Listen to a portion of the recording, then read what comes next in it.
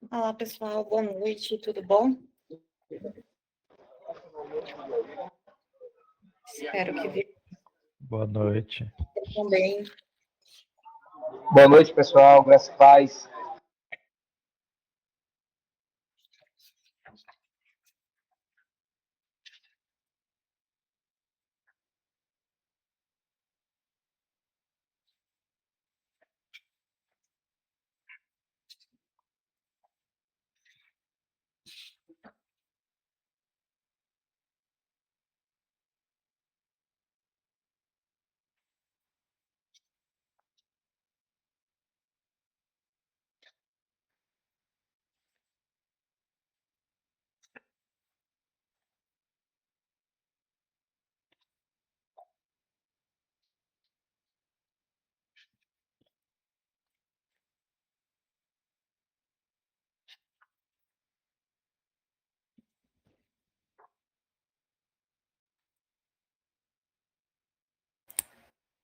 Boa noite, professora. Boa noite, tudo bom? Tudo bom? Boa noite, irmãos e irmãs. Deus abençoe. Vamos dar aquela tolerância para os demais chegarem, tá? E aí a gente dá continuidade à leitura do texto, né? Eu tentei esquematizar melhor. Fiz um slidezinho para a gente, né, até visualizar melhor como é que o texto está organizado. Hoje a gente vai tratar desse segundo capítulo, sobre, né, as consequências do suplício de Jean Calas, tratar do terceiro capítulo e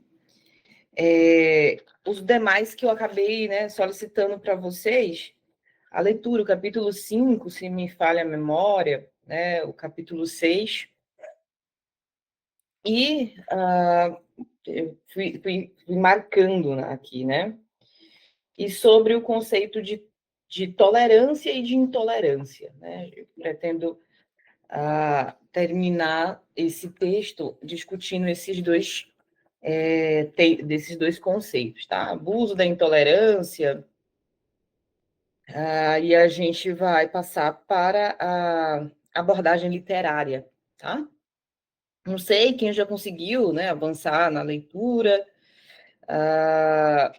quem conseguiu já começar a ler alguns textos que, né, nesse caso, dos irmãos Karamazovski, mas a gente vai perceber um pouco, né, ainda que o texto do Voltaire, ele já traga, né, um caso para a gente analisar, enfim, reflete, né, filosoficamente sobre uma situação, mas eu gosto de reforçar alguns elementos da discussão do Voltaire num texto do Dostoiévski, tá? Eu acho que algumas outras coisas que são abordadas ali, né, algumas situações, nos faz perceber bastante a ênfase que o Voltaire dá. Hein?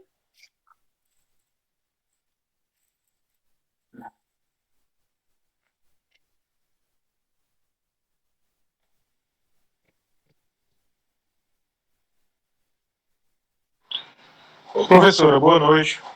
Oi, boa noite. Boa noite, turma. Ô, professor, eu não assisti a aula semana passada e a senhora passou algum exercício, alguma coisa?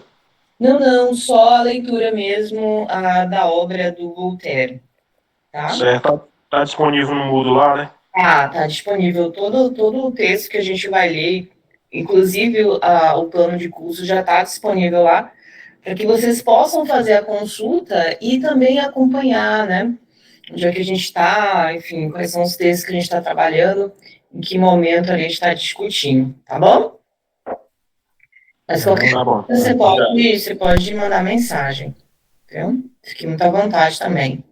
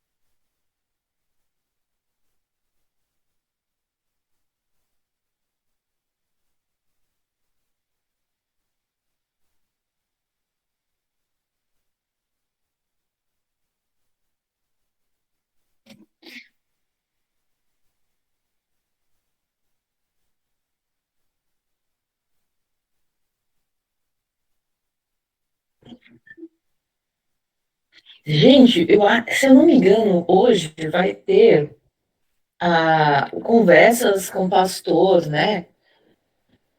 Se não me falha a memória, vou até verificar. Dia 27, não? Dia 27, professor. Dia 27, eu tô com a mente. Acho que é amanhã, Pro. É amanhã, não, sexta, né? Hoje é 25. Sexta-feira. Hoje é 25, é dia 27. Eu lembrei desses avisos, né, que a coordenação pediu para a gente ficar atento, porque geralmente pede, né, 10 minutinhos da aula para começar também sem prejudicar a aula do segundo horário. Mas, né, hoje não. Se na sexta-feira, menos mal, né, no caso, para a nossa disciplina, que já vai sofrer com um monte de feriado aí adiante. Hoje eu não vou poder dar tanto tempinho assim, porque tem um monte de coisa para a gente discutir, tá? A respeito do texto, enfim. Então, vou começar, o pessoal que for chegando, né, vai pegando aí o bondezinho e tentando dar sequência também aos estudos, tá? Uma das noções mais importantes que é trabalhada pelo Voltaire nessa obra, tá? É a ideia da tolerância, né, mas ele traz essa tolerância como um contraste da ideia do fanatismo, tá? Então, a tolerância é tratada pelo Voltaire nessa obra como um antídoto, tá? Um antídoto contra o fanatismo religioso. Só que esse fanatismo religioso é tratado também como Voltaire na obra, tá? E aí dentro dessa parte mais conceitual do autor, como ali uma raiz que justifica as demais atos, né, comportamentos, sentimentos que se manifestam de forma intolerante. Então ele vai dizer que a intolerância, tá, vai dizer com aspas aqui, tá, eu parafraseando o Voltaire, tá, ele vai trazer essa ideia do fanatismo como um processo de irracionalidade, tá? E aí eu acho que é bom a gente ressaltar o período histórico que o Voltaire está vivendo, é o período da modernidade, ali, do ápice do iluminismo, da ascensão, né, do iluminismo no período moderno, uma manifestação política, filosófica, social, histórica, contra a intervenção da igreja, né, nas questões das relações sociais, do Estado, enfim. E se detecta que a religião suscita no sujeito, e claro, né, com as exceções, faz uma análise muito mais pontual, que a religião, de modo geral, ela fomenta esse elemento que já está no sujeito, ok? Esse elemento que é do fanatismo, da crença ali, que o impede de uma avaliação para além do, vamos dizer, nos termos de hoje, para além do que está escrito, né? Então, essa é a primeira, podemos dizer assim, a crítica que o Voltaire faz quando se trata da noção de tolerância e de que modo essa intolerância ela se apresenta na sociedade. Eu vou pedir uma gentileza para vocês, que como eu vou estar, né, projetando aqui, eu vou pedir para vocês, se tiver alguma dúvida, nem levanta a mão, abre o microfone e fala, tá? Porque como eu fiz a projeção, eu acabei salvando em PDF, e aí eu não consigo conciliar a sala aqui e a projeção, tá bom? Então, dentro desse contexto, essa proposta que a gente está, né, fazendo é de uma análise mesmo teológica e filosófica do Tratado sobre a Tolerância e, né, o caso Jean Callas, tá? Então, dentro desse contexto, há né, uns elementos que são importantes serem considerados quando se trata, né, dessa análise teológica e filosófica sobre esse caso, que o Voltaire ele faz uma leitura a respeito do que é esse sentimento, tá? Ou seja, por que o ser humano se porta dessa forma, ou por que aquelas pessoas exigiram, né? Por que aquele sujeito foi condenado, e por que as provas não foram consideradas, ou seja, todos os elementos racionais que absolvia a família, que absolvia o pai, foram negligenciados. Então, que tipo de sentimento faz com que o ser humano negligencia evidências racionais, empíricas, porque tinha, né, uma análise empírica ali, né? Não sei se vocês observaram na narrativa, ali na descrição, olha, a roupa do menino estava dobrada, o seu corpo não havia nenhum hematoma de alguém que tinha sido, né, violentado. Então, isso quer dizer que não foi. Se uma pessoa tivesse sido violentada, ele ia estar lutando, né, contra isso. Então, não havia violência nenhuma no corpo. Então, havia evidências empíricas, evidências racionais. Mas por que aquela comunidade, por que aqueles juízes, né, por que aquele grupo de pessoas ainda assim sentenciaram a família e, né, sacrificaram ali a figura do pai, né?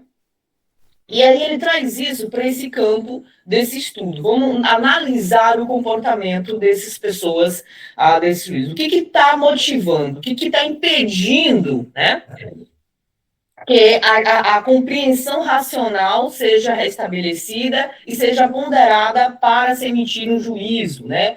Para se emitir ali uma sentença. Então, o elemento que o Voltaire identifica é o elemento religioso, tá? Que elemento religioso é esse? Um elemento moral, tá? E esse elemento moral é o elemento que coloca muitas pessoas, né, em lados opostos. Mas em que sentido eu estou colocando isso?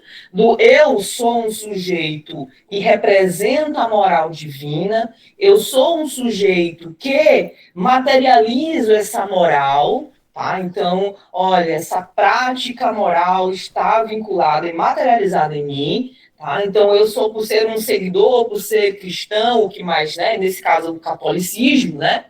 Então, eu sou essa representação, né, divina no mundo, então cabe a mim sentenciar, julgar, exigir do outro uma atitude moral e uma adequação dele para isso que eu estou estabelecendo como verdadeiro, tá? Então, eu sistematizei um pouquinho aqui, tá? Porque essa ênfase do Voltaire é uma ênfase que ele dá, sobretudo, a esse sistema fechado e doutrinal da Igreja Católica. E quais são as atrocidades que isso que decorrem disso, tá? Sobretudo, a uma sociedade. Então, essa defesa, né, do espírito sistemático, né, investigação fluida e especulativa, que é justamente essa transição da filosofia de gabinete para a mobilização da opinião pública, tá?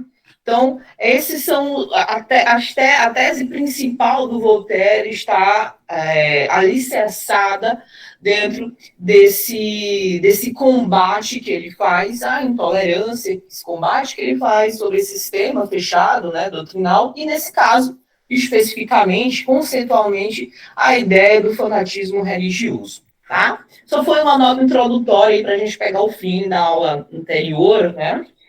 Já que tem alguns dias aí que a gente não se viu. Eu vou fazer a leitura desse segundo capítulo, que é curtíssimo, tá?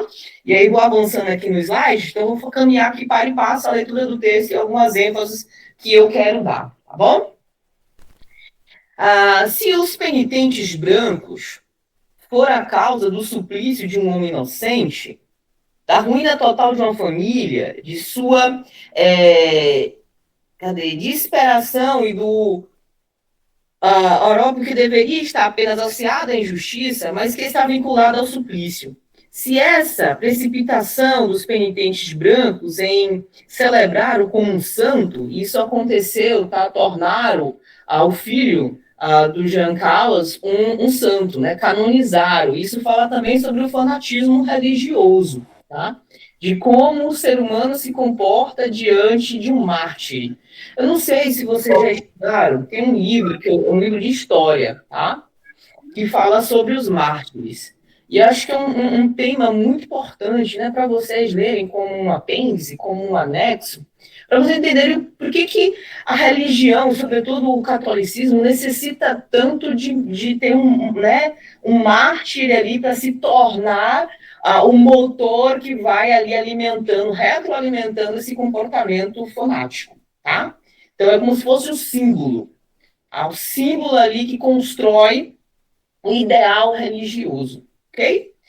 Ah, deixa eu ver aqui. Professora, rapidinho, o Thiago falando aqui. Oi, Thiago. Eu li o primeiro capítulo, eu não consegui avançar na leitura, mas no primeiro capítulo eu não entendi muito bem. Eu fiquei na dúvida. O filho de Jean Carlos era protestante ou era católico? É católico. Ele era católico, a família toda era protestante. Ele tem 2 filhos. Um filho dele é católico, tá? E Não, um o outro que morreu. protestante. O filho que cometeu suicídio, ele é protestante. Isso, mas não é isso. Só que no livro aqui, eu li, eu não sei se eu não estou fazendo a boa interpretação, fala aqui que o pai era protestante. Sim, mas por que o filho se suicida, tá? Porque como ele era protestante, então ele não conseguia emprego. Porque para conseguir emprego, ele teria que professar a verdadeira religião, que era o catolicismo, tá? Só que como é que o juiz, como é que a população cria uma narrativa, tá? Diferente. Olha, foi o pai que matou porque o filho provavelmente se converteu à verdadeira religião e o pai, para puni-lo, né? Como se tivesse tolhido. Não, você tem que ser protestante porque eu sou protestante. Entendi. O pai Entendi. Agora eu tiro essa dúvida. Um filho dele é católico, tá? Porque a moça que trabalha na casa deles, tá? Durante muito tempo é católica, então, por acesso, né, ao catolicismo através da criação que a moça que trabalhava lá, esse menino se converte. Mas aí é um outro filho. O que comete suicídio era um protestante, era um calvinista. E o pai protestante também. O pai também era um calvinista. A família, né, assim, exceto esse outro filho, mas a família era calvinista. Professor, obrigado. Só uma coisa rapidinha aí, que eu tô ouvindo a senhora falar, só porque eu tô no carro aqui, não tô podendo abrir a câmera. Mas uma coisa muito interessante me veio à mente aqui. É justamente essa questão deles quererem culpar o pai, seria atribuído também ao fato do pai ser o único protestante assim da família? Assim, um dos protestantes ser o pilar, talvez, né? O pai é porque eles precisam de um mártir, por isso que eu estou falando desse conceito de mártir. Então, o pai, ele fala o sentimento, né? Não, fala o sentimento das pessoas, né? Não, ou no caso, o mártir. Não, o mártir é um fato, é um acontecimento que marca, né? Um momento histórico, um evento público. Então, o mártir ali porque eu não queria ir para esse conceito de mártir, não tinha tomado um tempo retado.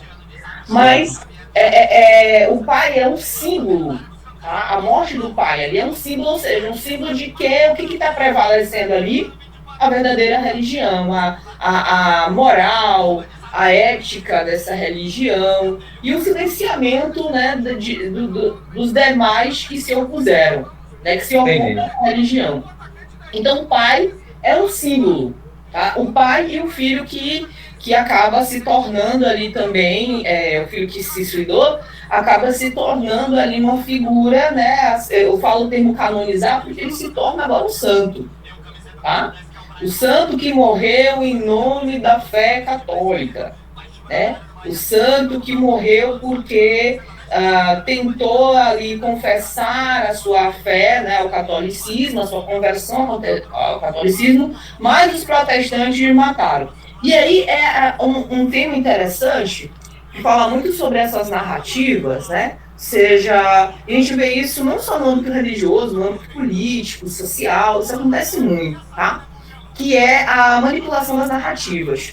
Então, o catolicismo quer apresentar, né, os protestantes como uma ameaça moral, aos bons costumes, uma ameaça à vida. Entende?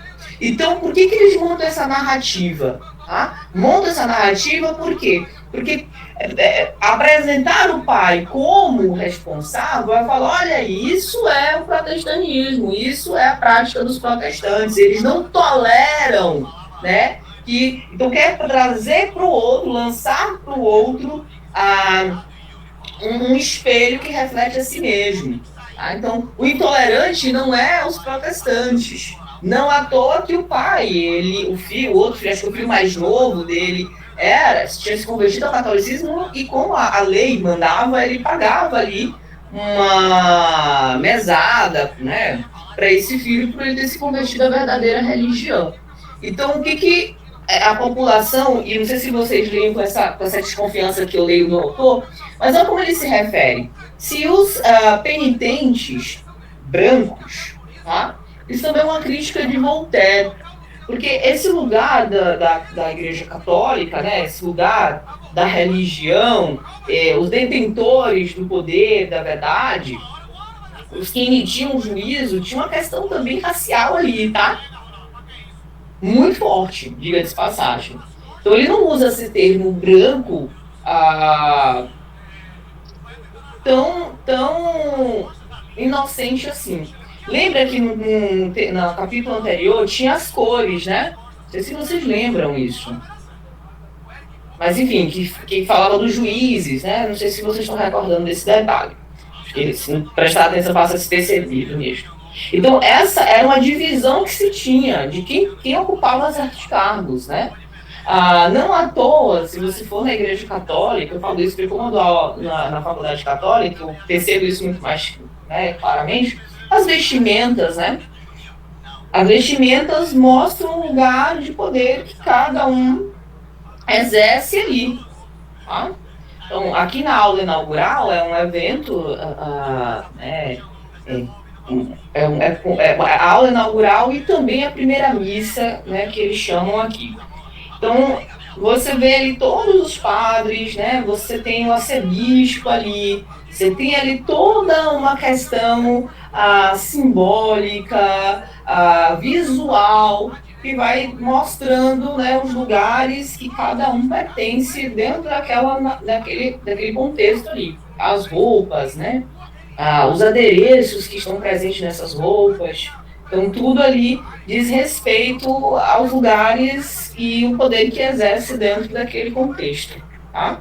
Então, o Voltaire, ele é bem detalhista nessas questões, porque ele faz uma leitura para além da concepção visual, né? Ele está olhando os símbolos, está olhando os detalhes que constroem esse contexto. Está fornecendo isso para a gente na narração dele aqui, na dissertação dele aqui dos fatos. Tá? Espero ter esclarecido. Bom? Celebra-o como um santo, né? Referido a filho, aquele que deveria ter sido arrastado pela lama. Fez condenar ao suplício de roda um virtuoso pai de família. Essa desgraça deve, sem dúvida, torná-los penitentes para o resto da vida. Eles e os juízes devem chorar, mas não com uma lágrima, uma longa túnica branca e uma máscara sobre o rosto, que esconderia suas lágrimas. Todas as confrarias são respeitadas. Elas são edificantes, mas qualquer que seja o grande bem que possa fazer ao Estado, será que ele iguala o terrível mal que causaram? Parecem instituídas pelo zelo que anima os católicos contra aqueles que chamamos de ungenotes, desculpa. Poderíamos dizer que fizeram um voto de odiar os irmãos. Porque, né, foi uma das questões que, se não me engano, a Sueli trouxe isso, né, foi como a gente fechou a aula da semana passada, da semana retrasada. Porque se temos religião suficiente para odiar e perseguir, não temos o suficiente para amar e socorrer. Então, aqui eu acho que a gente poderia se debruçar um pouquinho mais no que ele está colocando com essa frase, que eu acho que é bem profunda, tá? Porque se temos religião suficiente para odiar e perseguir, não temos, tá, o suficiente para amar e socorrer. Aqui ele está trazendo, sobretudo, que a religião, tá, ela não opera dentro de um antagonismo, tá? Ela não tolera, não suporta. Então, se a minha religião ela se manifesta na perseguição, no ódio, né, na intolerância, então não há espaço para essa religião que é dita, descrita, professada como o amor e, né, o ato de socorrer, de estar à disposição do outro. Então, que tipo de religião é esse? Então, olha que ele tá apresentando que existe dois modos de você expressar a religiosidade, tá? É um sujeito religioso, sim, e na sua prática religiosa, ele manifesta, vai destilhar todo o seu ódio, toda a sua intolerância, todo o sentimento de vingança. E sim, senhores e senhoras, né? O que a gente percebe na nossa convivência, na nossa atualidade, é que a religião se manifesta também, a religiosidade, né? Se manifesta também através disso. Então, quando se manifesta dessa forma, tá? Não há espaço para o que a gente poderia, né, trazer e acrescentar ao texto, um espaço para o evangelho, tá? Porque o evangelho aborda, né, traz, né, como modelo, né, de prática, de vida cristã, aquele que viveu para o amor ao próximo e, sobretudo, para se sacrificar por esse próximo, né, para socorrer esse próximo. Então, ele faz essa comparação.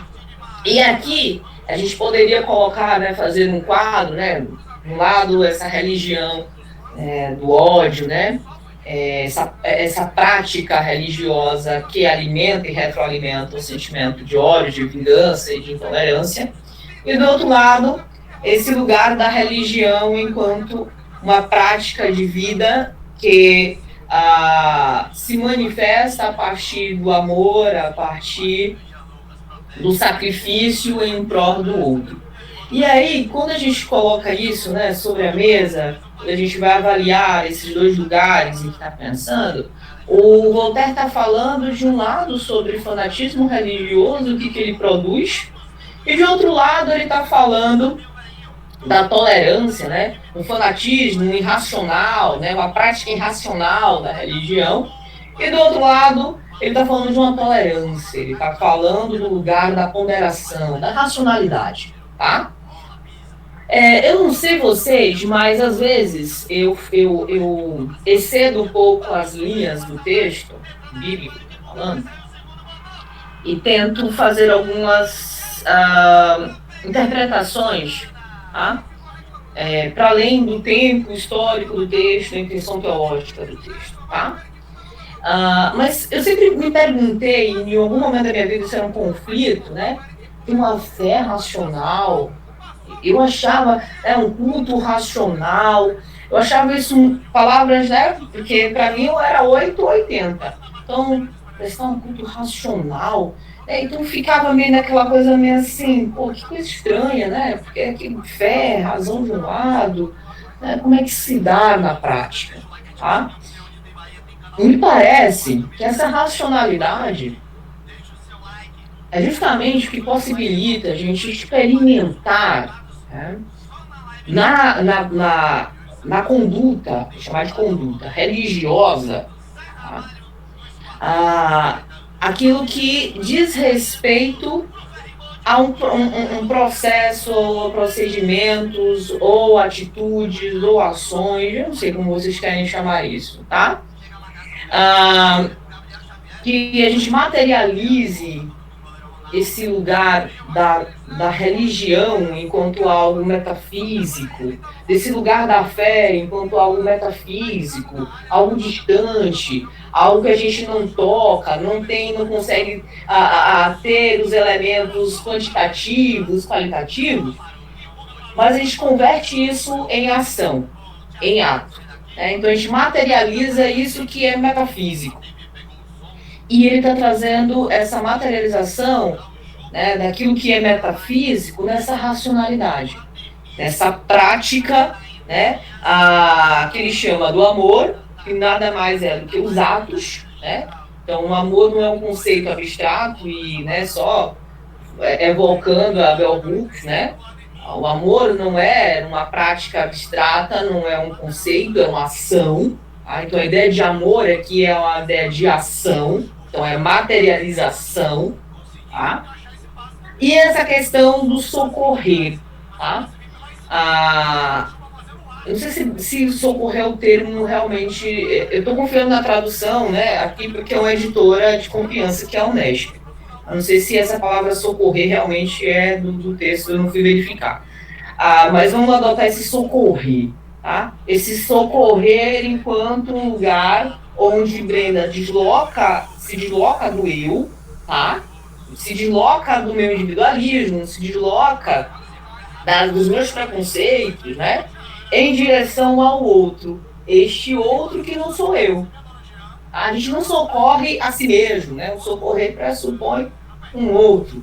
E tudo que pressupõe um outro pressupõe algo que é diferente, tá? Então, me parece que essa ideia da tolerância, né, alocada na discussão a respeito da religião, em oposição ao fanatismo e à intolerância religiosa, me parece a materialização, tá, de uma fé, de uma religião, de uma crença, tá? Que não se limita ao campo do abstrato, né? Ao campo do ato de fé, né? Do acreditar sem ter ponderação naquilo que se acredita. Tá? Eu não sei se alguém levantou a mão, mas se levantou pode falar, tá? Eu, professora. Pode falar. Enquanto a senhora falava aí também na leitura do texto, eu não sei porquê, mas um pouco distante, eu conseguia lembrar da história de Estevão, né? E enquanto eu refletia sobre a história de Estevão, lógico que as razões são bem distantes uma história da outra, mas algo que me levantou o questionamento e que eu acho que parte dessa abstração para a nossa realidade, né, para a materialização, é o questionamento de nós estamos prontos para matar por nossa religião ou por morrer por nossa religião? Sim, perfeito. Não é? E enquanto eu pensava isso, eu também pensei no texto de Tiago, que fala que a verdadeira religião é ajudar as viúvas e os órfãos. Essa materialização do amor. E é algo que, por mais que eu ainda não concluí toda a leitura e não sei aonde Voltaire chega, mas é algo que, para os nossos dias, nós não vemos aí turbulências como aconteceu com Jean Callas, mas e discussões teológicas e posicionamentos, né, que nós vemos aí que fazem com que irmãos passem a se odiar, façam esse voto de odiar-se, né, mutuamente, ao invés de se amar. E a ideia ficou muito marcada na minha cabeça. Eu estou pronto mesmo para morrer pela minha religião ou eu estou pronto para matar? Eu tenho dessa leitura. Sim, boa colocação, né? Porque as pessoas entendem que nós estamos aqui para matar pela religião, né? Tá? Eu não sei, talvez eu pesquise esse dado e na próxima aula traga a vocês, mas não tem muito tempo, né? Que essa matéria aconteceu. Eu só vou discordar da sua fala, né? Que por mais que não tenha acontecendo esse julgamento da mesma forma, né? Literalmente, como o caso do Jean Callas, a religião ainda ocupa esse mesmo lugar na nossa sociedade, tá? Infelizmente. Eu falo religião de modo geral, tá? Não estou falando da gente, né? A religião de modo geral. Nós ainda matamos pela religião. E porque essa ideia de morte, né? Ela não é uma morte apenas, como Voltaire coloca, não é apenas a morte física, tá? Lembra que o menino, né? Lá o filho do Jean Callas, ele fala muito sobre o suicídio, depressão, pesquisou sobre. Então, esse sujeito já estava, né, morto por dentro, tá? Morto com as aspas, tá? Já estava em estado de putrificação, ok? Porque foram matando esse sujeito de dentro para fora. E a religião faz isso. A gente acha que que a religião, né, violenta é aquela que vai lá e tira a vida de uma pessoa, né?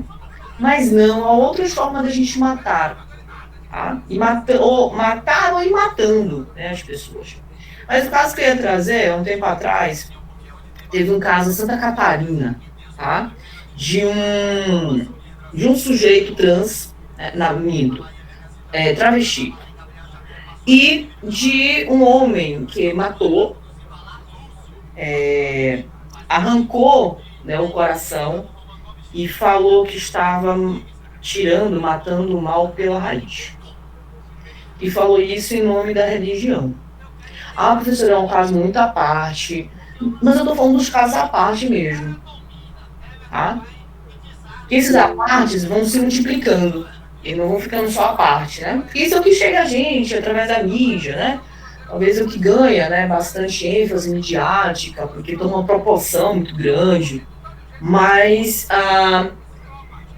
existem outros casos, né? Talvez se vocês gostam de fazer aí uma prática meio Sherlock Holmes, para vocês pesquisarem, né, o quanto a religião vem matando. A religião, que eu digo, as pessoas em nome da religião, tá? Porque a religião, por conta própria, não mata ninguém. Tá?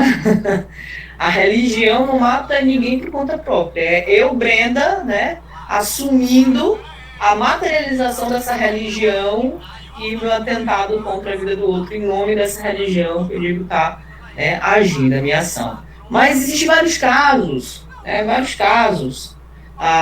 Sobretudo hoje, muito alocado a algumas minorias, né, mulheres, gays, né, negros, negras, né? Então, porque isso também não é um fenômeno religioso, mas vai entrelaçando com outras questões da sociedade, né? Questões sociais, questões de gênero, questões econômicas, por aí vai, tá?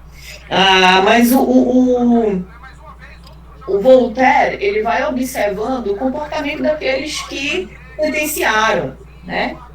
E o que funciona esses sujeitos? Funciona esse sujeito a sentenciar e o que funciona aquela população a bradar, né, pedindo, né, exigindo a punição de um pai. Né? Professor. Então, eu falei para vocês interrompendo porque eu não estou acessando, né, a sala. Pode falar. Boa noite, professora. Graça e paz a todos.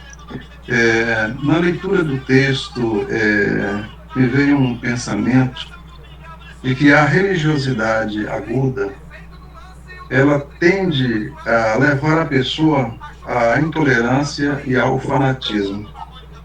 Há uma espécie de cegueira, até mesmo espiritual. A pessoa ele acaba fugindo totalmente da racionalidade. A senhora citou a questão aqui no Brasil, a gente tem alguns grupos que são vítimas dessas intolerâncias, inclusive as pessoas que pertencem à religião de raiz africana e os negros e os gays. Um dia desse eu conversava com o meu cabeleireiro e ele falando para ele que a própria Bíblia, em determinados pontos, se a pessoa não tiver o cuidado, ela leva, ela induz a pessoa a ser intolerante. Lá na carta de Paulo aos Romanos, no capítulo 1, verso 30, Paulo elenca que as pessoas homossexuais, elas são dignas de morte. E assim, é um texto bastante polêmico quando a gente avalia o contexto em que Paulo dissera isso há 2000 anos atrás, e quando nós fazemos uma interpretação no tempo presente. É preciso muito cuidado, porque é uma fala, uma escrita totalmente intolerante para os nossos dias. Eu jamais posso assumir o púlpito de uma igreja numa pregação e falar isso diretamente, que as pessoas homossexuais são dignas de morte. Perfeito. Excelente colocação. Tá. Cirúrgica, diga de passagem. E bom você colocar isso, tá? Eu acho que foi o Valquíris que falou, né? Eu botei agora aqui para a sala, e acho que a voz me lembrou aí. Olha, eu não sou da área de teologia, vocês bem sabem, não é minha formação, então eu não falo do lugar de alguém que pesquisa ou que é uma teóloga, não é esse meu lugar. Mas o que eu tenho percebido muitas vezes é que nós, quanto igreja, vou falar de nós, tá? Lemos a Bíblia muitas vezes intencionados, há uma intenção nossa, né?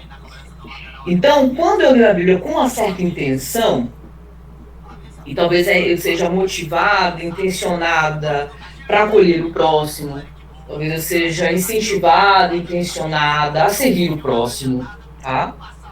Então, eu vou ler com essa lente, né?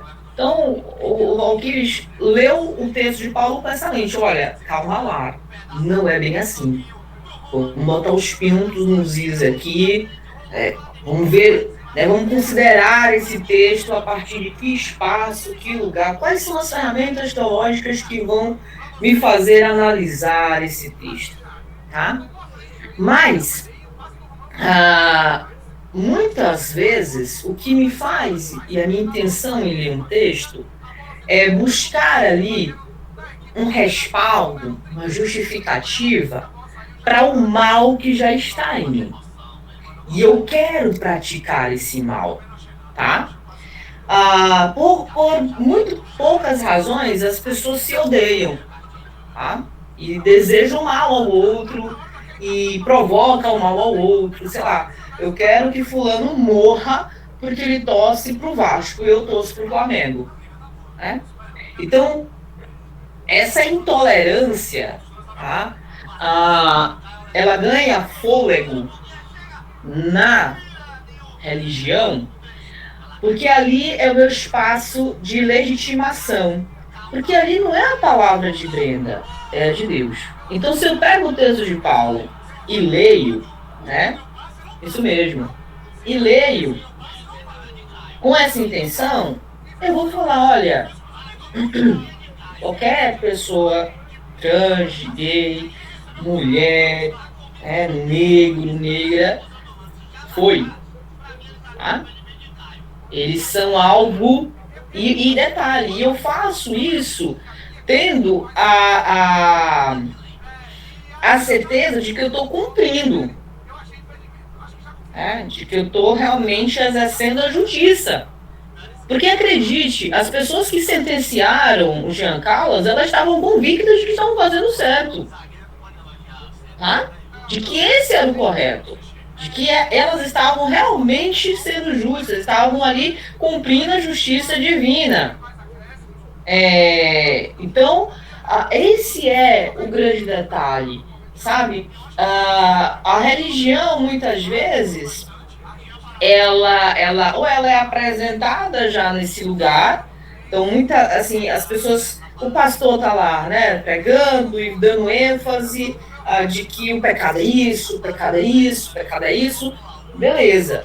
Mas a grande questão é a ideia do combater o pecado, né? Então, temos que combater o pecado. Então, eu leio esse texto do Paulo, beleza, então eu estou combatendo o pecado, tá? Então, foi muito bom você colocar isso, porque dialoga muito com o texto do Voltaire e nos alerta, né, não só para essa questão do cuidado, do zelo que a gente deve ter com a leitura, né, sondar as nossas intenções diante dos textos, diante do que está sendo lido, tá? Mas, sobretudo, para provar, talvez, possivelmente, que Paulo também pode ter atitudes de um religioso fanático. Falas de um religioso fanático. Não estou dizendo que é. Contudo, possível, talvez. Tá? Talvez uma análise de algum teólogo para poder melhor ponderar isso. Tá? Mas é isso aqui, é uma prática, né? A gente pode avaliar a partir da lente do Voltaire. Claro, né, quando ele está se tratando de tolerância, porque aí se fosse entrar no Código Penal seria uma outra questão, né? Mas de um ato religioso intolerante, né? Dentro da questão do Voltaire. O Anderson. Então, professor, eu ia falar, complementando, né, a isso que foi dito, eu acho que, assim, a gente às vezes vai muito da interpretação do que é escrito, e eu acho que uma falha muito grande do comum do brasileiro é a questão da interpretação de textos, né? De pegar um texto e muitas vezes, como dizem algumas pessoas, né, torturar aquele texto para ele me dizer o que eu quero ouvir, né? Para ele falar com as minhas convicções, né? Para ele fazer essa leite de pedra, né? Exatamente. E para minhas convicções eu poder convencer os outros daquilo que eu quero que eles sejam convencidos. E daí a gente vê essas barbáries, né? pastor entrando em terreiro e destruindo tudo, Isso. revestido da autoridade, não tem autoridade para fazer o que eu estou fazendo, porque isso aqui é um culto de demônios, entendeu? Então, essas questões, a questão da interpretação é algo muito, muito complicado, né? Que muitas vezes vai levar as pessoas a cometerem atrocidades. E as pessoas estão buscando cada vez mais a interpretação que melhor cabe naquilo que eu gosto, naquilo que eu sinto, naquilo que eu desejo, né? Sim. Do que deixa a minha existência mais confortável, do que alimenta o meu ódio. Não fiquem... eu acho que vocês já devem ter lidado com isso na vida, mas tem pessoas que procuram a religião justamente para alimentar o seu ódio. Porque enxergam na religião isso, né? Ou porque muitas vezes percebe que os seus exemplos religiosos ali, né, de pessoas religiosas, manifestam continuamente o ódio, a revolta, né, a perseguição e por aí vai. Eu só vou, antes de passar para o Magdiel e depois para o Wesley, eu só vou, né, o João Pedro está colocando algumas questões interessantes. Olha, João Pedro, eu não sou da área de tradução do grego e do hebraico, tá? Então, eu falei desse contexto no texto da discussão que o Alquires trouxe, tá? Mas é uma coisa também relevante isso que ele colocou, né? É importante a gente ver também como é que esse termo, como é que esse texto, ele foi e vem sendo traduzido, né? É bom consultar, porque lembrem-se que a gente pertence a uma cultura, a gente pertence a uma sociedade, e que eu até, né, falo isso acreditando que vocês têm maturidade, mas as traduções, muitas vezes, respondem à linguagem do tempo, respondem também à moral da época, e por aí vai. Muitas vezes a gente adota, né, alguns termos, tá? A tradução, meu orientador falava muito isso quando a gente estava traduzindo os textos latim. Todo tradutor é um pouco de um traidor, tá? Porque realmente você trazer uma palavra, né, de um outro idioma para, né, encaixar no nosso vernáculo dá trabalho, não é uma coisa fácil encontrar um correspondente. Então, é bom analisar realmente cuidadosamente o termo, né, se esse termo mesmo está sendo traduzido de forma correta, porque historicamente a gente foi sofrendo com algumas traduções, né? E foram se perdendo algumas questões. Everson, teu microfone está ligado. Então, foi se perdendo ao longo do tempo, e isso foi prejudicando também. Então, é bom fazer essa questão, né? Eu não sei, acho que vocês têm aula de grego, de hebraico, né? Eu não sei, eu estou supondo, tá? Mas é interessante vocês se aprofundarem também mais nisso, né? Porque eu não sei como é. Às vezes aqui só na graduação não dá conta, né? É muita coisa, não é um trabalho fácil, não, é um trabalho difícil pra caramba, um idioma que a gente não tem costume, a gente sai por aí falando em hebraico, a gente não sai daí falando em grego, então é idiomas, né, vamos dizer assim, morto pra gente, então é bom a gente estar sempre revisando e ter esse cuidado mesmo, porque faz uma diferença muito grande. Magdiel! Professora? Oi, Valquires. Me permita só explicar para o irmão Pedro a respeito da tradução. Eu tenho diversas traduções aqui em casa, mas essa que eu utilizei é uma tradução da Bíblia Anotada, versão Almeida, revista e atualizada. E exatamente eu postei lá no grupo o versículo que fala que é passivo de morte. Beleza. Então, assim, essa Bíblia que eu tenho, milhares de pessoas estão com ela nas mãos. É isso que eu também ia colocar, porque assim, possa ser que não esteja traduzido assim, mas é o acesso que as pessoas estão tendo. Eu entendi que o Valquires trouxe para a gente entender que esse texto está na Bíblia que muitas pessoas estão lendo, né? Isso reflete um outro problema que a gente tem, né? Que é com as traduções, né? Como os textos estão sendo traduzidos. Que aí é uma outra questão que vocês vão discutir aí com os professores de vocês. Mas, se essa Bíblia e essa tradução está sendo, né, está circulando, esse é um dos maiores problemas que a gente tem também. Se esse termo não está sendo traduzido corretamente, isso gera em vocês, futuros, né, bacharéis em teologia, uma responsabilidade, tá? De começar a botar a mão na massa. A gente não vai resolver o problema da história do cristianismo, mas a gente vai começar trazendo alternativas, né? Sobretudo com questões de tradução dos termos. Magdiel. Boa noite, professora. Boa noite. Só uma dúvida que eu comecei a ver aí, sobre esse mesmo tema, né? Aí eu lendo o capítulo 5, o Voltaire ele fala sobre o Tratado de Westfália, né? Aí ele fala sobre que duas religiões podem causar intrigas, brigas, divisões. Ele fala sobre o pacto de a liberdade de consciência, né? Lá na Alemanha. Aí ele dá esse exemplo que esse pacto, por ter várias religiões, diminuiria os conflitos, guerras e contradições, né? E mortes. Aí eu vendo aqui o capítulo 2, ele fala que as religiões, por termos religião de sobra para odiar e perseguir, e pouca para mais socorrer. Essa parte eu não entendi, porque ele fala que, no Tratado de Westfália, que ter muitas religiões diminuir os conflitos. E aqui essa parte ele fala que muitas religiões causam ódio, discórdia. Só poder me explicar? Eu acho que você está fazendo uma interpretação. Quando ele traz lá no primeiro capítulo, tá? Ele está trazendo que realmente, olha só, seria o melhor dos mundos, né? A gente tem várias religiões, e se eu quero respeito, eu vou fazer o quê? Eu vou também ofertar o respeito. Só que não é isso que acontece.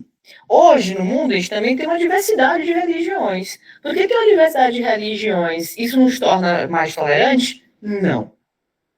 Tá? Infelizmente não. E é isso que ele está provando. Tá? Por quê? Porque as religiões, elas se constroem a partir de uma verdade universal, né? Então, olha, essa é a verdade. O outro não, essa é a verdade sobre a vida, sobre o mundo. Então, a religião não tolera mais de uma verdade. Tá? Você não vai ver dentro do cristianismo um defendendo, né, a mesma religião defendendo Deus, tá? E defendendo a Buda, tá? Então, há conflitos. E quando se trata dessa questão a respeito da história da humanidade, de como surgiu, né, qual é a verdade sobre nós, sobre o que acontece pós-morte, tá? Isso são temas que mobilizam e vêm mobilizando a humanidade, tá? Diga-se de passagem, a gente tem história por conta dessas mobilizações, em torno dessas questões, tá? Desde a mitologia, né? Desde as religiões primitivas, a gente gera conflito. Religião gera conflito, tá? E aí o que ele está trazendo no primeiro capítulo é mostrando isso, olha, a diversidade, a gente tem esse tratado, olha, tem isso aqui, mas a gente não cumpre com isso. Veja só, intolerância religiosa é crime no nosso país, cara. E olha o que a gente faz. E olha só o que aconteceu, os noticiários vêm noticiando, né? Centros, né, terreiros são invadidos, centros espíritas são invadidos, ok? Então, a gente tem no nosso código, se eu, Brenda, agir com intolerância religiosa, eu posso ser denunciada, vou ser julgada e por aí vai. Só que não dá, né? E aí o que ele está falando é justamente isso. A gente tem regra, a gente tem legislação, a gente tem provas empíricas, a gente tem provas racionais de que não foi o pai que matou, mas o que prevalece, tá? A intolerância suscitada pelo fanatismo religioso. Tá? E isso também não nos é novo. Tá? E isso também não ficou na história do Jean Carlos, não. Faz parte, infelizmente, da nossa. Continuamos, vamos dizer assim, sendo essas pessoas de lá. A diferença é que não mais quanto protestantes que sofrem, né, as injustiças, mas a gente tem cometido as injustiças, diga de passagem, né? Temos corroborado com as injustiças. Então, quando ele vem para o segundo capítulo, ele está falando, olha, né, aqui no finalzinho, que foi até uma citação que a Suede trouxe para a gente na aula da semana anterior. Porque se temos religião suficiente, olha, eu tenho religião suficiente em mim, tá, para odiar e perseguir, não temos religião suficiente para amar e socorrer, tá? Então, esse termo de religião, que está falando religião suficiente, Está dizendo de várias religiões, né? Religião suficiente, olha, eu tenho um Brenda em mim, religião suficiente para poder odiar, para poder perseguir. Então, se eu tenho religião suficiente para odiar e perseguir, eu não vou ter religião suficiente para amar e socorrer. Tá? É isso que ele está trazendo. Mas vamos lá, João Pedro, depois Terêncio.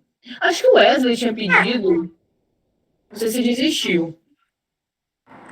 Bom, boa noite a todos os colegas, que é a primeira vez que eu estou falando hoje. Boa noite, professora. Oi, boa noite. Eu me coloco aqui nesse espaço agora para elogiar a fala do irmão Valquíris, porque o raciocínio, como eu já havia pontuado, é excelente. O motor da nossa evolução, inclusive da crítica textual, como eu havia pontuado no chat, tem que ser a melhor interpretação do texto, porque o irmão Valquíris trouxe a frase, a construção da frase meio ficou um pouco infeliz, como que se a Bíblia desse espaço para o cometimento de intolerância e de radicalismo.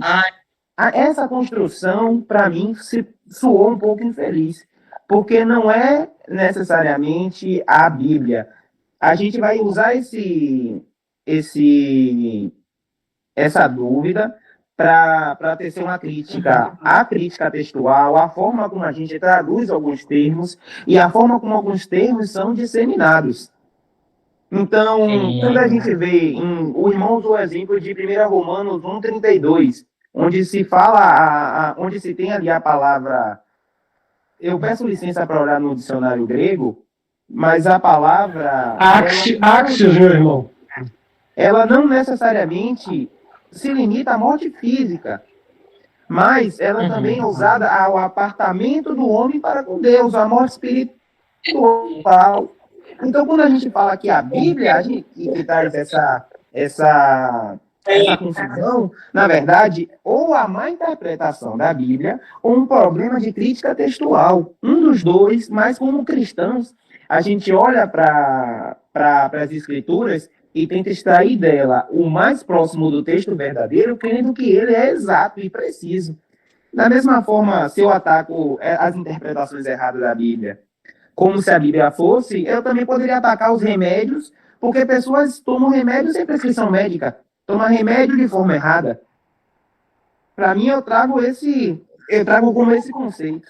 Então, gostaria de usar esse espaço para fazer essa correção. E, mais uma vez, elogiar o irmão Valquíris pela excelente crítica. Eu acho que é por esse caminho aí mesmo. Mas eu trago essa vinha aí. Beleza. Obrigada, tá, João Pedro, pela contribuição. Olha só, eu entendo a fala do Valquíris, pelo menos porque como eu estou muito focada aqui no texto, então eu acabo interpretando ela sempre à luz do que o texto está falando. Então, eu entendi quando ele falou, porque ele trouxe isso como um elemento que as pessoas têm se fundamentado, né? Olha, está escrito isso aqui na Bíblia. É a Bíblia que as pessoas têm acesso. É a Bíblia que as pessoas estão lendo. Então, as pessoas podem muito bem falar, mas está escrito isso lá. Entende? Então, felizmente, pela formação que vocês estão tendo aqui, então vocês já têm mais elementos para poder se debruçar sobre o texto. Só que imagine a irmãzinha lá da igreja ou o sujeito que já é inclinado a fazer o mal. Quando ele tem acesso a esse texto, tá, dessa forma escrita, e com a intenção que ele guarda no coração, não tem outra interpretação, tá? Infelizmente, não tem outra interpretação. Ela está falando que é para matar, e a morte que a gente vê sempre pensa. Poucas pessoas refletem a ideia de morte não atrelada à morte física, tá? Poucas pessoas. É uma forma de sofisticar, né? Uma sofisticação do conceito de morte. Então, poucas pessoas refletem dessa forma. Então, como você trouxe esse elemento, então a gente pode entender que realmente não está se tratando de uma morte física, tá? Mas se tratando aí de um decaimento, né, de uma morte, vamos chamar assim, espiritual do sujeito, da sua relação com Deus. Tá? Excelente. Resolve, vamos dizer assim, o problema da tradução do texto. Mas o problema que a gente ainda coloca aqui é um problema que a gente não vai resolver nessa aula e nem vocês, possivelmente, hoje ou depois da manhã, quiçá depois da graduação. É o problema de que as pessoas, elas estão olhando para a Bíblia e encontrando isso. E se eu tenho um terreno fértil desse, fértil entre aspas, tá? Isso vai dar mais elemento, vai dar mais munição para destilhar o meu ódio contra o outro. Tá? Então eu vou compreendendo a religião a partir do lugar do ódio e da violência. Tá? Mas é muito bom essas discussões. Professor, e aí fica, a interpretação fica manipulativa também, né? Eu posso usar isso de uma forma maldosa para manipular, beleza? E aí a gente vê tantos abusos acontecendo em igrejas, principalmente neopentecostais, né? Aonde realmente é intencional a manipulação do texto, tanto para tirar o dinheiro, para aumentar a culpa, como também para incitar o ódio. Perfeito, Anderson. Infelizmente. E olha assim, em textos que nem são assim desse teor. Tem hora que realmente você vê a forçação muito clara, né, com o texto. Aqui você não poderia dizer, não, mas tem aqui isso e isso, a palavra está sendo... Por isso que eu usei a expressão que eles torturam o texto, né? É como se botasse o texto na cadeira, torturasse ele até, vai, fala aí que eu quero. Até ficar do jeito que você quer, para aquilo que você quer falar, não é porque Deus quer falar, né? Mas, professora, tem um texto lá, que eu sempre falo lá na igreja. Repara bem como é interessante isso aí. Jesus disse assim, ó, se uma parte do teu corpo te fizer pecar, pega ele e arranca. Quando o cara sente desejo pra uma mulher sabendo que é errado, ele não arranca. Tá entendendo? Ele sabe onde tá vindo, mas ele não arranca. Eu gostei. Porque o povo você tem que botar bem claro pro povo entender, pra não fazer muita malabarismo, né? Gostei, né? Quando é esses textos, ninguém quer ler, ninguém quer ser literal, né? Pois é. Só nos que convém ser literal. Terence, meu irmão, contribua. Graças e paz para todos. Desculpa ter chegado um pouco atrasado, porque eu estava chegando aqui na igreja ainda. Mas eu pude pegar uma boa parte já. Eu só queria, assim, o irmão Valquíris foi fantástico. Fantástico mesmo. E João Pedro também, na posição dele, também colaborou um bocado. Agora, eu fiquei, assim, uma dúvida só numa frase que a professora falou. Foi em relação a vocês aqui estão sendo preparados para mudar isso. Então, mudar o quê? Ah, tá. Veja só, vocês estão tendo acesso, tá, a elementos que possibilitam o que o João Pedro fez aqui agora, analisar o texto, tá, de uma forma que um leigo não vai analisar. Então, imagine, Terence, você lá na igreja, o irmão vem com esse texto para você. Como pastor, meu vizinho, ele é gay, e a gente sabe, pastor, que Deus condena, e Paulo está dizendo, pastor, que a gente precisa matar. O que você vai falar? Meu irmão, vamos lá, procura aí a arma, a foice, que a gente vai. É isso que eu estou falando. O mudar é nesse sentido. Mudar porque vocês têm ferramentas agora para não permitir que as pessoas utilizem o texto para destilhar as suas intenções malignas. Tá? Então, porque assim, viu, Pro? Porque assim, eu sou de uma... Eu já tenho 60 anos agora, né? Já passei um pouquinho, já estou já no caminho. Mas assim, eu já ouvi pregações do pastor Flor Denísio na minha época de adolescente, onde ele pegava esses textos mais polêmicos e ele mesmo tinha o tracejo, a coisa assim dele mesmo tratar disso, já que ele é um fantástico, não sei se você já conhece. Sim, não falar sobre Flor Denísio. E ele tocava sobre esses assuntos desde 1979, entendeu? E de lá para cá a gente vê que é porque eu não estou encontrando assim um ponto para, mas assim, eu não sei se essas palavras, como o João Pedro falou e como o Valquírio falou também, não são utilizadas para o pessoal os leigos, praticamente, da igreja, né? Quem tem que se preparar para que entender isso, somos nós que estamos sendo preparados para levar a palavra para eles. Sim, mas é isso que eu quis dizer, vocês que estão sendo preparados, Uhum. vocês que estão tendo essa oportunidade de ter professores, né, que têm aí um zelo, um cuidado, né, teológico, a responsabilidade é de vocês também, tá? Você falou do Florinísio, o Florinísio fez a sua contribuição para o cristianismo, para o evangelho, né? Agora é a nossa vez. Porque se tem um Florinísio que fez isso, existe trocentos que faz o oposto. Mas isso, desculpe, professora, mas hoje as interpretações, até numa questão assim, tanto quanto inclusivista, na verdade, inclusivista, a gente não cai muito no aspecto de fazer um evangelho coçando para trás. Eu não entendi o que significa fazer um evangelho coçando para trás. Assim, que fique fácil demais para que as pessoas possam entrar, já que a gente usa termos mais inclusivistas.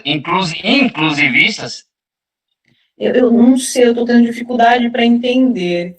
Está sendo meio complicado, mas assim, o evangelho que está sendo pregado hoje, o evangelho que a gente está vendo hoje, ele não está facilitando muito a entrada de um pensamento mais fácil, de um evangelho mais fácil?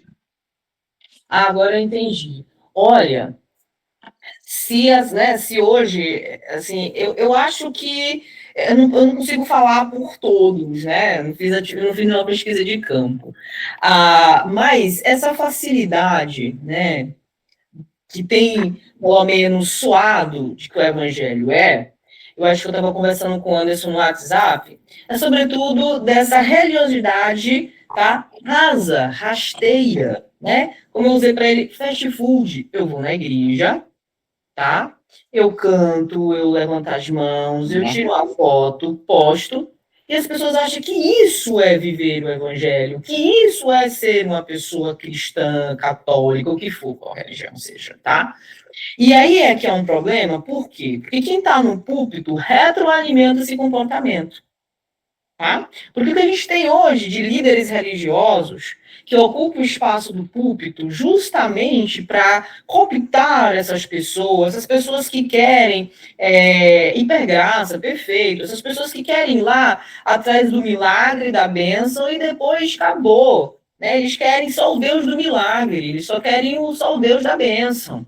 Eles não querem comprometimento, eles não querem viver verdadeiramente o evangelho, eles não estão preocupados em fazer discípulos, eles não estão preocupados se a prática de vida dele reflete, né, o que eles pregam, eles querem apenas um ambiente de socialização também. Um termo que eu usei esses dias tá na moda ser cristão, e tá. É isso, é da galera você falar que você é evangélico, que você vai numa igreja de fundo preto e telão e luz LED no domingo. É massa, pô, é da galera você fazer isso. Tá? Sabe, não sei se o senhor tem essa infelicidade de ver nas redes sociais, mas a juventude hoje, quando vai treinar, elas postam uma foto e colocam tá pago, né? Então, a galera tá fazendo isso na igreja. Vão na igreja no domingo, tiram uma foto e vê assim, tá pago. É como se eu estivesse batendo ponto. Falei isso hoje na igreja. Pois é. A galera quer viver de forma midiática. Então, infelizmente, né, para nós que entendemos a seriedade do evangelho, que entendemos o que é o chamado, que entendemos o que é renunciar a nós mesmos, o que é sacrificar em prol do outro, o que é dar o outro lado da face, tá? Essas pessoas que elas estão aqui para aperfeiçoar mais ainda, né, o conhecimento de vocês, para essas pessoas que eu falo, a responsabilidade é nossa agora. Tá? A gente não pode compactuar com isso que as pessoas estão tentando fazer com o evangelho.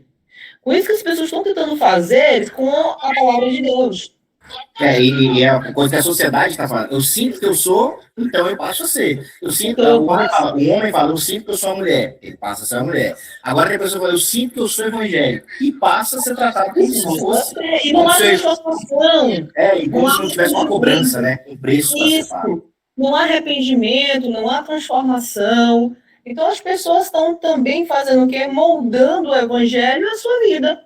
Então, olha, eu estou lendo um texto bíblico aqui, então esse texto bíblico eu vou interpretar de um modo em que eu, Brenda, que já tenho os meus gostos, já tenho as minhas preferências, ele vai tornar isso, vou justificar agora a partir dessa interpretação que eu estou fazendo da Bíblia, porque eu já vou ler ela com a intenção. O negócio é isso. É esse o problema. E aí, isso vende, né? Isso vende mais, meu irmão. Isso vende. Vai lá o Café com Deus Pai. Por que você acha que tem sexualismo ali? Porque é um devocional que vende. É um devocional que vende. Eu quero comprar na autoajuda. Autoajuda. Autoajuda. Né? Eu não quero comprar um livro que fique batendo na minha cara, ô, seu vagabundo. Presta atenção, veja o que você está fazendo, né? Eu vou contar aqui uma coisa que aconteceu comigo recentemente, né? A minha mãe ganhou de presente esse café, né, com Deus Pai. Minha mãe é uma pessoa que então já tem maturidade cristã, então ler ali, para ela não é aquilo que é o cristianismo, né? E aí, uma vez eu estava no meu PGM, a gente conversando sobre esse movimento evangélico agora, né? Sobre essa juventude agora que fica o tempo todo gritando que é evangélico, né, postando, mas que não vive o evangelho de fato. E aí tem uma igreja aqui, X, né, que acolhe essa juventude, né? Tem uma academia aqui, que é uma academia cristã deles. Enfim, tem todo esse movimento aqui na cidade também.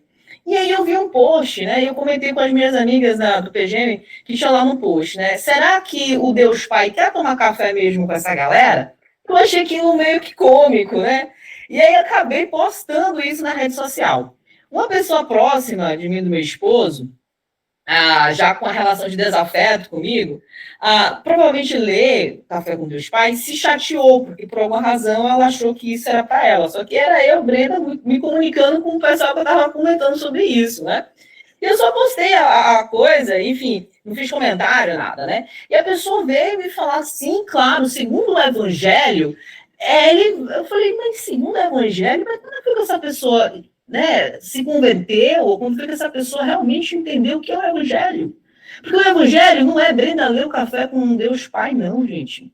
E eu falei para aí, assim, quando eu trazia os textos, né, bíblico, né, de um Deus que é o Deus que exige de Brenda uma renúncia, o Deus que fala para Brenda ide, né, e pregar o evangelho. Não é da Brenda que acorda de manhã, que abre um café com Deus Pai e acha que está vivendo o evangelho, porque não é isso que é o evangelho.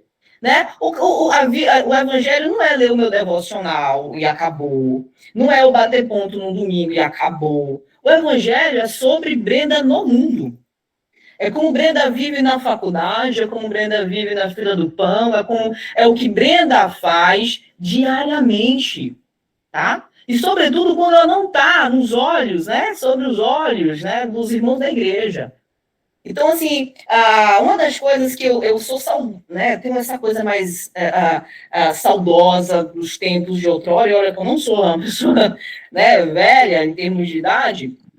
Mas meu pai estava falando isso comigo esses dias, Brenda, no domingo, o que a gente fazia? Ia fazer visita. Não faz mais visita dia de domingo, né? Dia de domingo a gente ia fazer visita nos lares, as pessoas não querem mais sair das suas casas. A gente ia fazer o quê? Meu pai me levou várias vezes, era criança, então eu acompanhava eles. Eu lembro que meu pai ia fazer estudo bíblico na casa de várias pessoas, no domingo. A gente chegava no domingo, na correria, para tomar banho e para ir para a igreja. Porque meu pai tinha passado a tarde inteira fazendo visita e evangelismo. Ninguém quer fazer mais isso. Então as pessoas não sabem o que é isso, que provavelmente a maioria de vocês tiveram isso. O que é fazer visita, o que é fazer um estudo bíblico com um recém-convertido. Né? Ler lá a Bíblia com ele, explicar o texto. Ninguém quer fazer mais isso. Então, na hora eu dei risada, eu falei, meu Deus do céu, Eu quase senti meio que um insulto, né? Eu falei, meu Deus, essa pessoa que, assim, que não é uma pessoa religiosa, é uma pessoa laboá, como minha mãe diz, a pessoa tá me explicando o que é o evangelho, gente. Se acha autoridade. Eu não me sinto autoridade para ficar falando, gente, o evangelho é isso aqui, viu? E as pessoas acham que porque elas batem ponto no domingo de noite, que isso é viver o evangelho. E o pior, professor, é que ainda usam umas coisas tipo, mas Jesus andou no meio de prostitutas, de ladrão. Aí eu olhei e falei assim, será que esse povo não entendeu que Jesus, que essas pessoas andavam com Jesus porque estavam convertidas já? E foram transformadas? E outra coisa, Terêncio, olha, quando eu leio esse texto, eu falo, rapaz, todas as vidas então importavam para Jesus. Não tinha uma vida mais valiosa que a outra. Todas. Então, se eu caminhava ou estava, é porque essa vida para ele era valiosa. Com certeza.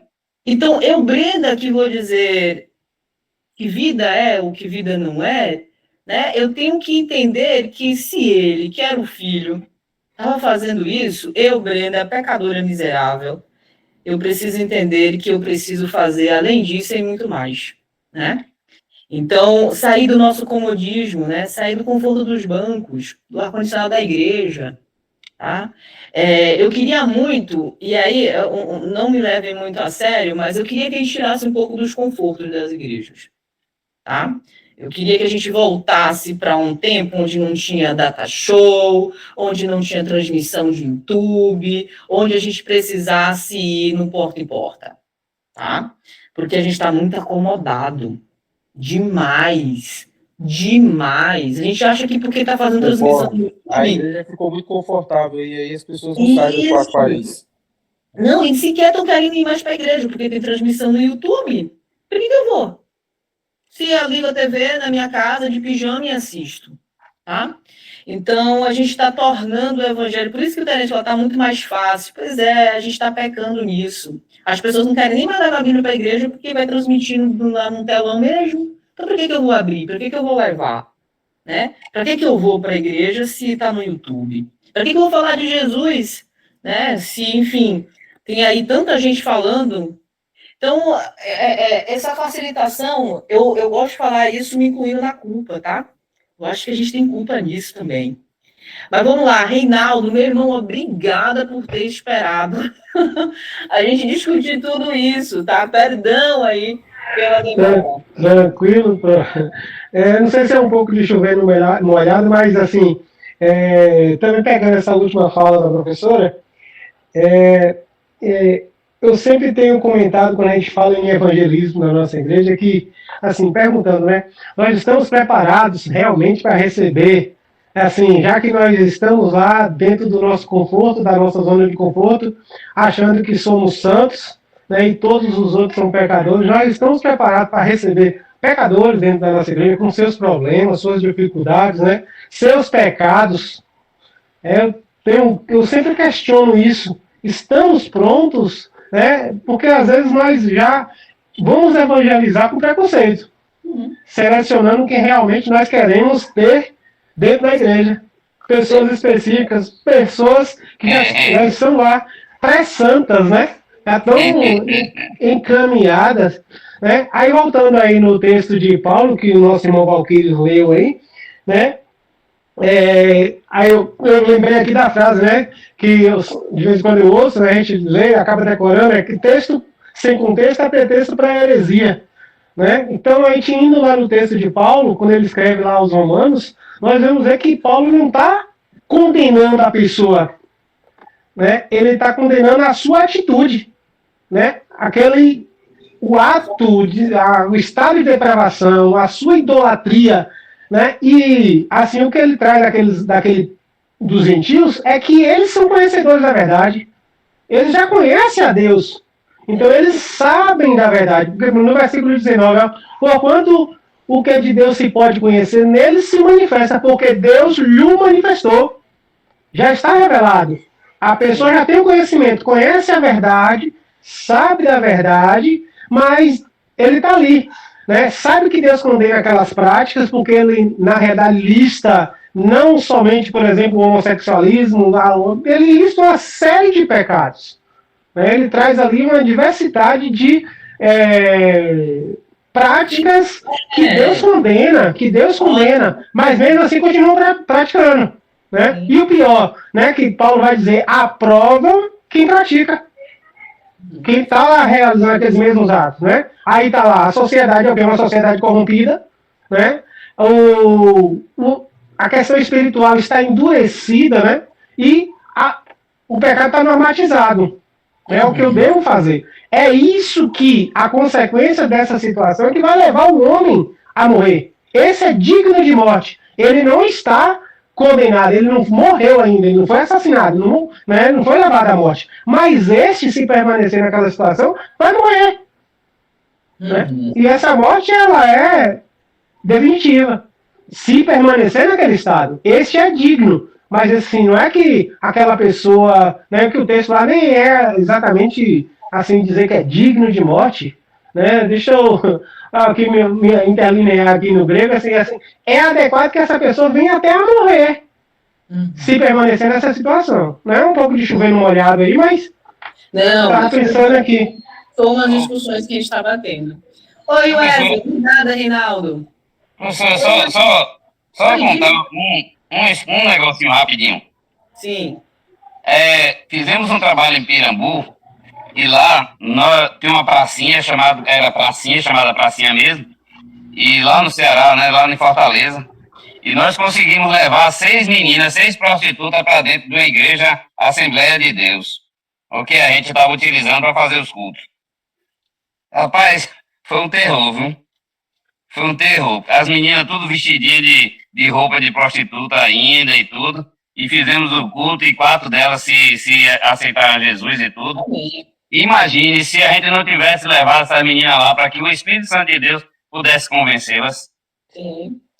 Se a gente julgasse a roupa, a prática, ao invés de olhar com o olhar de Cristo, de que é uma alma que carece de salvação. Né? Então, esse é o grande problema que o Voltaire está apontando, né, botando um dedo na nossa cara, né, o quanto a gente preserva ainda de intolerância. Ô, professor, só vou falar um comentário aqui rapidinho. Deixa o Wesley falar e aí desculpa, Wesley, eu não vi aqui, porque eu tô no tablet aqui, não tô igual a professora aqui, não tô vendo mais nada. Quando o assunto é bom, todo mundo quer comentar, né? Eu acho que também eu teria várias coisas para comentar, mas por conta do horário da aula também, eu gostaria de assim, já fazer uma reflexão mais voltada para o presente e o futuro. Ouvindo os irmãos falar assim, eu acho que a tendência é cada vez mais a sociedade caminhar para um maior nível de intolerância. Eu acho que hoje nós temos muito mais ferramentas de digamos, homicídio, né, do que na época lá do Voltaire, né? Hoje nós temos as redes sociais, com a questão do assassinato de reputação, de tantas coisas, e a gente caminha para esse lugar cada vez mais extremos e polarizado, em todas as áreas da vida, e a religião é só mais uma delas, né? A gente tem a questão política, tantas e tantas coisas, eu acho que a tendência é só aumentar, justamente porque a nossa sociedade cada vez mais é superficial. E aí eu lembro de um texto de Jesus que ele diz assim, ó, se teu olho for bom, se a tua forma, a tua cosmovisão, as lentes que você enxerga o mundo for bom, todo teu corpo terá luz, mas se tua lente for ruim, todo teu corpo terá trevas. Então acho que cada um vai ler com a sua lente. Então, por exemplo, para alguém que já tem algo mal no seu coração, ele vai ler esse texto que foi polêmico aí na aula, né? E ele vai achar justificativa para isso, porque o olhar dele é ruim. E é justamente o que Jesus vai combater em todo o seu ministério contra os fariseus. Então, vocês utilizam a própria lei, né, para justificar não ajudarem os seus pais. Vocês tiram o dízimo do coentro, né, enfim. Então você observa como, aí eu lembro de um texto de Paulo, que eu sei que a interpretação é diferente, mas eu acho que a gente poderia fazer essa interpretação também, dizendo que a palavra de Deus é uma espada afiada de dois gumes. E eu penso que ela, por ser afiada, é perigosa, né? Embora ela seja de defesa, mas ela também, para alguém, e é por isso que Paulo vai dizer, acho que a Timóteo, fala que maneje bem a palavra. É justamente isso, porque ela é perigosa. Então, exatamente. Então, assim, na sociedade que a gente vive, de pessoas que não manejam bem essa arma perigosa, ela, em vez de ser uma ferramenta de cura, de misericórdia, de inclusão realmente, né? E Jesus vai dizer assim, ó, para os fariseus, as prostitutas e os publicanos vão entrar na frente de você. Então, assim, olha o choque de cultura que Jesus veio, né? O choque religioso. Então, acho que a gente caminha, infelizmente, eu digo isso com muita tristeza, para um caminho de mais intolerância, de extremismo, e eu acho que a gente vai chegar a um tal ponto de intolerância, inclusive com a verdade, porque até dizer a verdade, né, vai se tornar também algo intolerante. As pessoas não suportarão ouvir a palavra da verdade, mesmo que seja de uma forma bem colocada, mas porque as pessoas vão estar num nível tão extremo de intolerância que nem isso elas suportarão. Então, acho que seria essa a reflexão que eu deixaria. Muito, muito obrigada, viu, Wesley? Você conseguiu aí costurar mais um pouco da nossa discussão, porque realmente o que a gente tem visto, né, nesses últimos, né, momentos e mudanças e movimentos do comportamento da religião na sociedade, é de que as pessoas têm usado a palavra de Deus não para trazer cura, libertação, salvação, mas para ferir, para machucar, para condenar, para segregar, para poder emitir sentenças, tá? E por isso que nós, por termos, nos foi dado, né, mais conhecimento, mas também será exigido de nós, né? E aí eu reforço com vocês, junto a vocês, a importância, né, de nós, enquanto pessoas que estão tendo acesso a ferramentas, a um conhecimento que nem todo mundo tem, a gente cumprir o nosso papel também, né? Não estou falando para a gente sair por aí gritando isso, não, mas eu acho que a nossa prática cristã, né, a nossa religiosidade, ela precisa criar um contraste nesse mundo, né? Sobretudo em tempos que a religião hoje é um acessório, né? As pessoas têm utilizado Deus como um acessório, a religião como um acessório que faz parte da sua performance no mundo. Então, a religião é uma máscara que as pessoas têm utilizado para performar no mundo. E o pior disso tudo é que elas podem até enganar a nós, mas, com certeza, elas não conseguem enganar a Deus. Porque não tem máscara, tá, que permaneça diante de Deus. Todas elas caem, né? Então, eu acho que a gente precisa ser esse contraste no mundo, né? No nosso mundo evangélico. Quando eu falo no mundo, é porque, às vezes, as pessoas que não são cristãs, elas têm o trauma de conhecer o evangelho através dessas pessoas. E aí, sim, né, é um grande problema, porque as pessoas passam a ter acesso ter contato com um evangelho contaminado, né, de ódio, de intolerância, de preconceito, né, e por aí vai. Então, Ô, professora, quase nunca comento, mas estou aqui para comentar algo, falando sobre intolerância, e ao mesmo tempo sobre o amor, e estamos falando também sobre o diverso pecado, onde vocês citaram aí agora, né? E falando sobre o homossexualismo. Mas a gente vê também que não cita só esse, mas cita os 21 pecados. Sim. E aí, falando sobre isso, quando você se debate, na realidade, o homossexualismo, supostamente, porque nós não temos como provar, passa, de alguma forma, a visitar frequentemente o lugar onde você congrega. O que fazer? Vai tratar com intolerância, com desprezo, e o acolhimento, e o amor? Vai julgá-lo? Vai deixar de lado? Todos estão ali vivendo em comunidade, com pequenos grupos, por exemplo, para se viver comunidade para que se venha multiplicar mais pessoas não crentes. E o que fazer quando esse grupo de pessoas passar a frequentar mais vezes? O que a gente vai fazer? Professor, rapidinho. Não, rapidinho, só para responder a irmã, saiu um vídeo essa semana do David Heick, que é um pastor que trata sobre esse tema, com o Iago Martins, onde ele explica 4 visões teológicas, né, desse tratamento da questão da homossexualidade, e como algumas igrejas se inserem dentro delas, né. E assim, ali uma visão bem dissecada da interpretação bíblica, né, errada em alguns casos e acertada em outros, né, de como isso é tratado. Depois eu vou postar o link aqui, é muito educativo esse vídeo. Grupo, Anderson, porque eu tenho interesse, eu não conheço esse texto, não, eu queria lê-lo.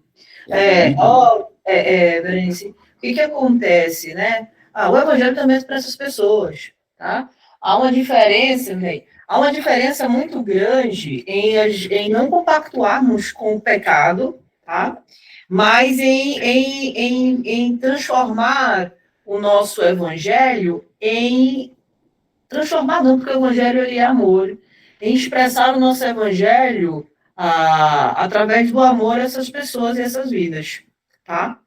Então, se na nossa igreja, se na nossa vizinhança, se no nosso trabalho, ou no que for, no ambiente que a gente estiver, e essas pessoas estiverem, porque elas vão estar, tá?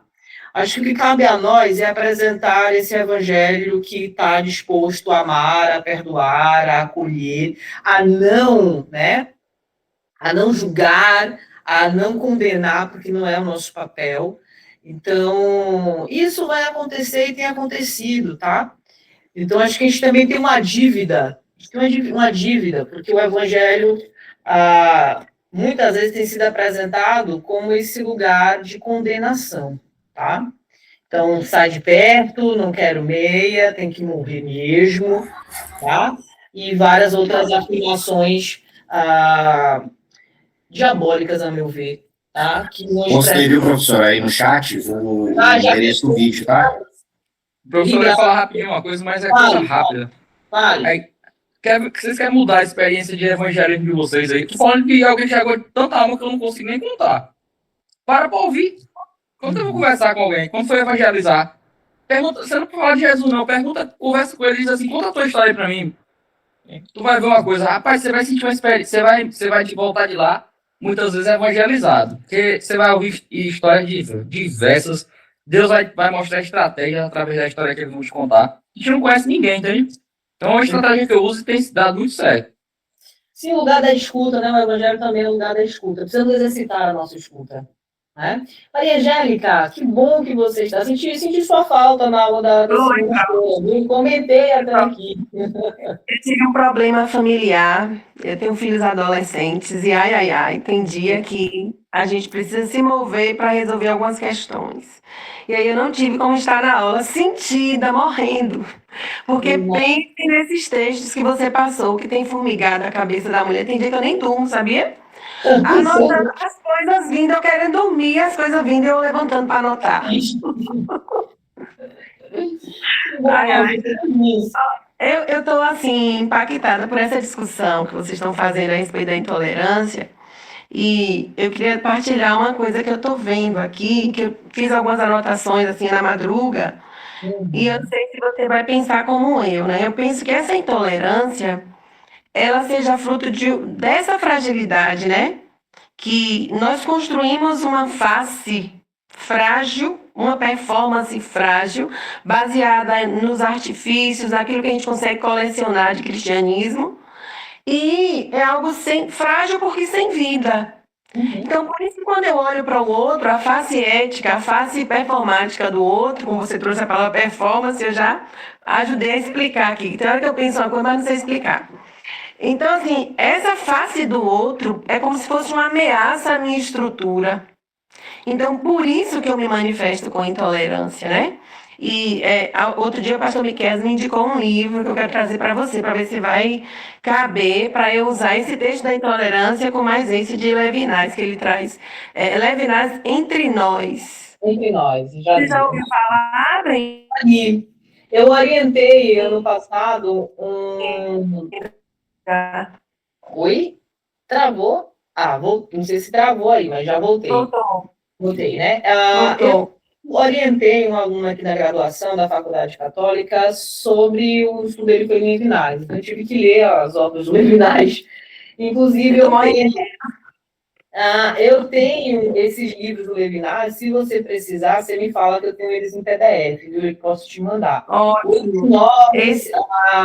O Ser Finito, né? O Infinito e Eterno. Então, eu posso te mandar esses textos, tá? Onde ele vai discutir muito sobre alguns temas que vão ser, né, alencados aqui no Voltaire. Inclusive, esse tema da intolerância, que é um tema muito atual, que se fala de diversidade, de equidade, e a igreja precisa discutir esses temas, colocar o rosto para fora, não é? Para a gente falar sobre isso, né? O pastor você vai ter coragem? Eu falei, com certeza. Se não for útil, não adianta. Sabe uma tese? Eu tenho uma tese que eu tenho defendido em relação às igrejas e às suas omissões, tá? Se a gente não discute isso com seriedade, se a gente não busca seriedade, outras pessoas que não têm seriedade, que não têm boas intenções, estão discutindo isso e os nossos membros estão ouvindo-as. Então, se a gente não coloca a cara, tá? Outras pessoas com outras intenções, tá? Estão fazendo isso e estão formando a mente dos nossos irmãos. Sim, e a gente vê o quanto muita gente ainda não entende da graça do Senhor, tem dificuldade de receber a graça, porque precisa de essa face rígida, né? Essas flores de plástico que a gente oferece pro mundo aí. Pois é. Isso, professor, só acrescentando, é importantíssimo, porque a gente às vezes fica achando que o nosso ambiente restrito somente é a igreja.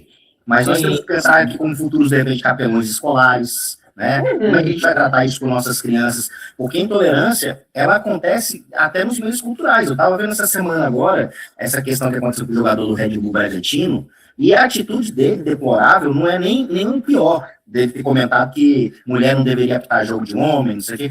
O pior é você ver os comentários que tem lá, o tanto de homem falando assim, não, é isso mesmo, mulher apita jogo de mulher. E, sabe, aí eu falo assim, você não está diminuindo a pessoa pela incapacidade técnica dela, porque muitos homens cometem erros de arbitragem. Você está diminuindo a pessoa simplesmente pelo gênero. E assim, como é que isso nos dias de hoje... Eu fiquei assustado, tanto de gente... Eu vou te falar, Anderson, nós historicamente temos culpa nisso. Tá? Por quê? Porque a igreja de modo geral, ela se absteve, tá? Em esclarecer os seus textos, em esclarecer, né, o que significa a mulher, a esposa, né, o marido seu cabeça, a mulher, a gente tem culpa nisso. Eu sei que às vezes eu pareço uma ingata com a religião, mas eu acho que a gente precisa assumir nossas responsabilidades históricas, sobretudo. Então, hoje, se matam em nome de Deus, da religião, não é que a pessoa não tem responsabilidade, estou falando que nós também temos, porque historicamente falando, a gente se silenciou por muito tempo, a gente se absteve por muito tempo, tá? E hoje a gente cobra muitas vezes, né? Porque estão falando isso, estão discutindo isso, a gente perdeu o time, tá? Perdeu o time. De que, assim, querem discutir isso na igreja, você prefere que quem discuta isso e aonde? Quer que discuta aonde?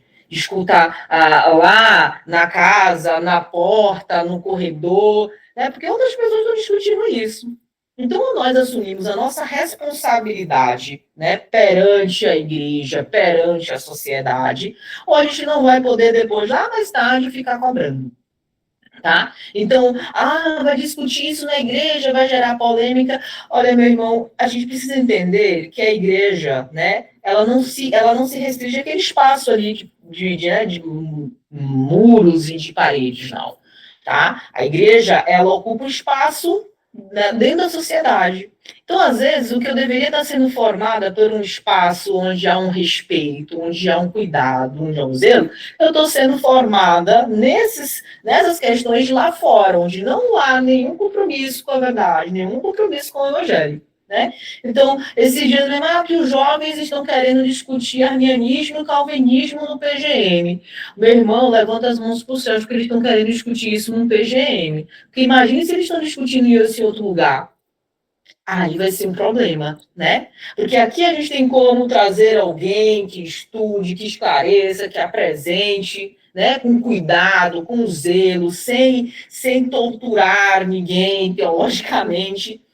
Difícil é quando ele vai buscar essas informações na internet, um pastor sabe lá Deus quem, de não sei lá onde. Esse que é o problema. Então, Maria Angélica, olha, eu faço coro com você, tá? Se for para tomar tapa, a gente vai tomar tapa juntas, tá?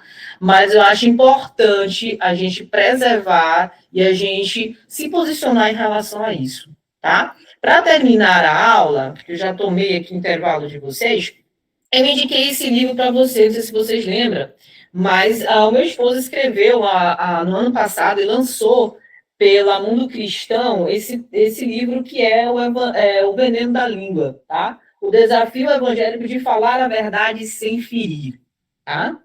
Então, tá aí um texto que vocês podem, né? Que ele faz uma análise sobre várias falas de vários pastores, falas de pessoas, né? Que são representantes religiosos e que tiveram o descuidado, a infeliz, né?